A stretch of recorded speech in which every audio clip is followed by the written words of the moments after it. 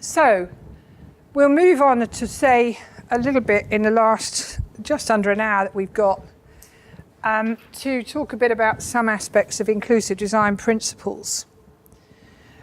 Now, we have gone through a series of phases with inclusive design by definition. In the 1970s, as a nation, the UK was well ahead in that they passed the Chronically Sick and Disabled Persons Act in 1970, which started to raise awareness of the need for certain facilities in buildings and the need for access. Then we kind of went to sleep for quite a number of years, and in the meantime, our American cousins started to act. And one of the reasons for this was the Vietnam War, or as it's called in Vietnam, the American War of Atrocities. Doesn't sound very friendly, but I can understand why they think that. So the Vietnam veterans came back to the States and they said, hey, what's going on here? We can't get around, we can't get jobs, what's going on? And they pushed the American governments to do something. And actually they ended up passing legislation quite a bit before we did in this country.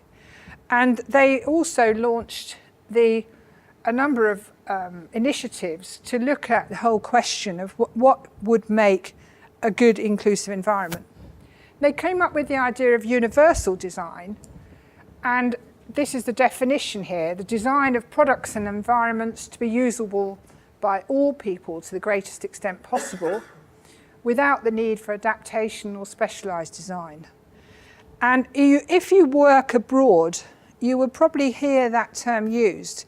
Universal design is used in America and in lots of Europe.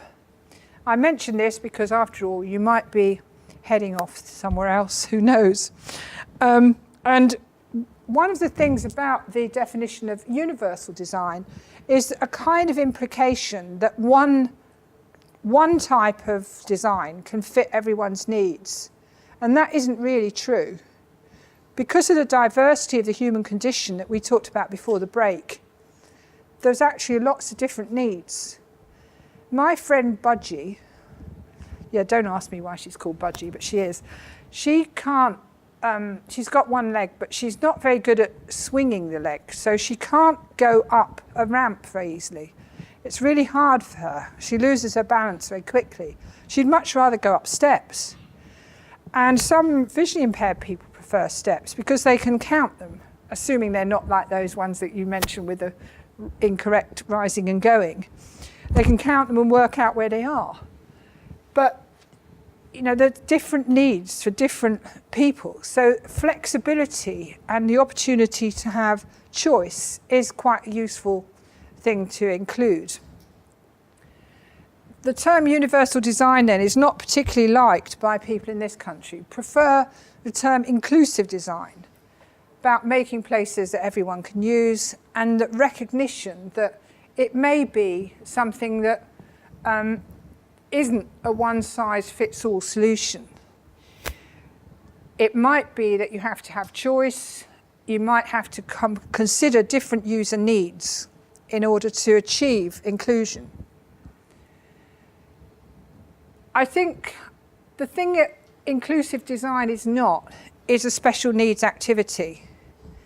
The little thing I did at the beginning with the stand-up, sit-down thing was designed to sort of make the point that, in a way, we're all affected. It isn't a special needs thing that only affects a very small part of the population.